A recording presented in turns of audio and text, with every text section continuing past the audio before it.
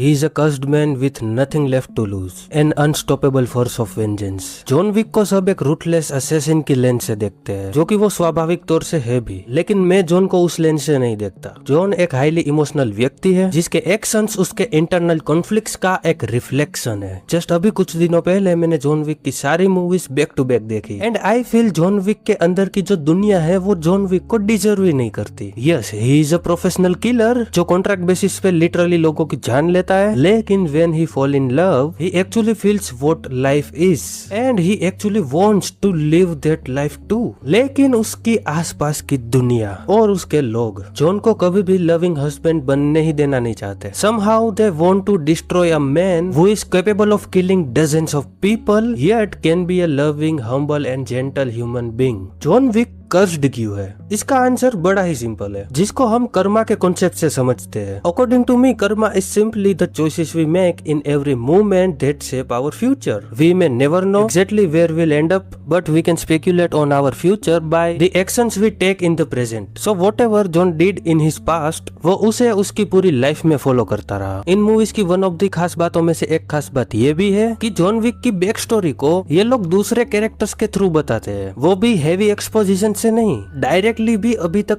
कुछ भी जॉन के पास्ट के बारे में नहीं दिखाया गया और वो मिस्ट्री हम लोगों को और भी क्यूरियस कर देती है इस मूवी के लिए, इस कैरेक्टर के लिए। एंड ये कैरेक्टर जो भी नेक्स्ट स्टेप्स लेता है वो सरप्राइजिंग फील होते हैं, क्योंकि हम इसको काफी हद तक जानते ही नहीं है। And that work so well in this films. ये फिल्म्स जॉन को एक टिपिकल हीरो की तरह नहीं प्रेजेंट करती, बल्कि ये कैरेक्टर डार्कनेस में ऑपरेट करता है। Like he traded blood for love, leaving a world of slaughter behind, but fate is rarely kind. जब उसने अपनी वाइफ को खोया, he lost all his hope until he found a flicker of light in the darkness, a puppy.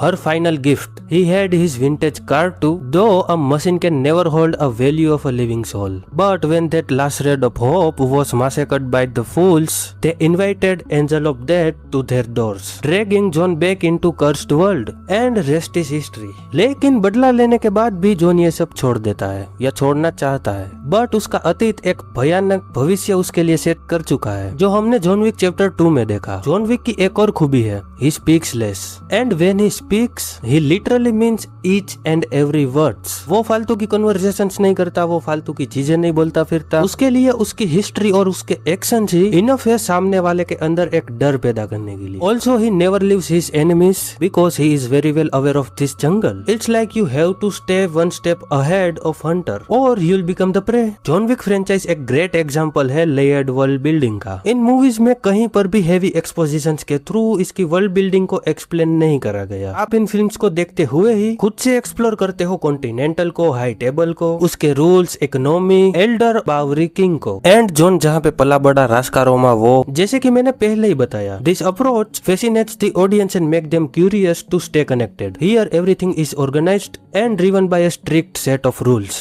Everyone has to follow them. Rules. Exactly. Rules. Without them, we live with the animals. जल्दी explain कर देता हूँ इसके stylish organised crime world को। सबसे पहले है high table, the council of 12 high level crime lords, जिनके पास एब्सोल्यूट पावर है। इनकी अलग इकोनॉमी है in form of gold coins और markers is like a blood oath. अगर आपको हेल्प चाहिए तब आप अपने ब्लडी थंबप्रिंट को मार्कर में लगा के सामने वाले को देते हो, and in the future if that person wants help from you then you have to work for them no matter what, otherwise आपको एक्सकम्युनिकाडो कर दिया जाएगा। मतलब पूरी की पूरी दुनिया, पूरा का पूरा क्राइम वर्ल्ड आपके खून का प्यासा होगा। और कॉन्टिनेंटल में आप किसी भी तरीके का खून खराबा नहीं कर सकते, अगर किया तो भी आपको एक्सकम्युनिकाडो कर दिया जाएगा और तुरंत ही। और हाई टेबल के ऊपर भी होते हैं एल्डर, जो मोरक्को डेजर्ट में कहीं रहते हैं। चैप्टर 3 में जॉन अपनी फिंगर को काट के अपनी वेडिंग रिंग एल्डर को देता है in order to get freedom from the chaos, but obviously he can't get it. इसीलिए चैप्टर 4 की स्टार्टिंग में ही जॉन एल्डर को ही मार देता है to declare war against this system. True cinema is always born from ambition, ambition is born from passion to articulate your imagination, and imagination is always born from the world you are surrounded by. इसके director director Chad Stahelski, जिनको मैं Chad भाई भी कहता हूँ, उन्होंने around 9 साल दिए इस फ्रेंचाइजी को। जॉन विक चैप्टर 1 से लेके जॉन विक चैप्टर 4 तक उन्होंने कोई भी और प्रोजेक्ट पे काम ही नहीं किया। उनका पैशन, कन्विक्शन और क्राफ्ट अलग ही लेवल की है। If the rumours are true कि घोस्ट ऑफ त्सुशिमा के लाइव एक्शन को चैड स्टेलेंस्की डायरेक्ट कर रहे हैं, देन उनसे परफेक्ट इंसान उस मूवी को बनाने के लिए हो नहीं सकता। मैं आपको हाईली रिकमेंड करता हूँ डॉक्यूमेंट्री विक इज पेन। इसमें आपको कियानू रीव्स की असली डेडिकेशन का अंदाजा लगेगा। मेकर्स की स्ट्रगल्स दिखेगी इन मूवीज को बनाने के लिए कि कैसे उनका विजन एंड एफर्ट्स फाइनली पे ऑफ हुए। एक्शन फिल्म्स में सिनेमेटोग्राफी एक क्रूशियल एलिमेंट होता है और जॉन विक फ्रेंचाइजी के एक्शन की खासियत अब मैं आपको बताता हूँ। जॉन विक में सारे एक्शन सीक्वेंस एकदम ही clearly wide and stable camera angle से ही दिखाए हैं। आपको कैरेक्टर्स के एक एक मूव्स दिखते हैं, वो कैसे गन रिलोड कर रहे हैं, वो कैसे ब्लेड्स को हैंडल कर रहे हैं, वो कैसे हैंड टू हैंड कॉम्बैट में पंचेस लैंड कर रहे हैं अपने, जो देखने में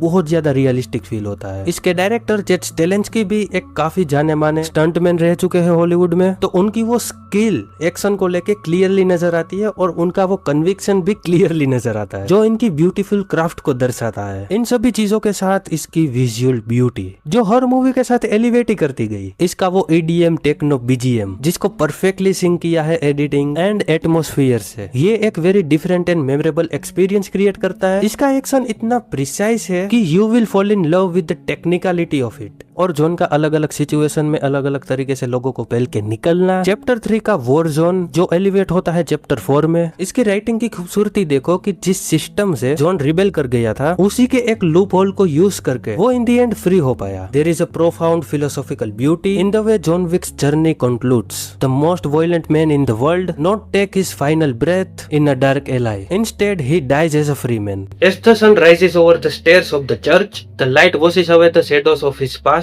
In those final moments, he isn't a Baba Yaga. He is simply a loving husband, waiting to reunite with his wife. It is a stunningly a poetic closure. The world's most violent man finding his grace in the quiet warmth of the morning. पहले मैं मानने को ready नहीं था कि John is dead, but at this point, I think it's a perfect end.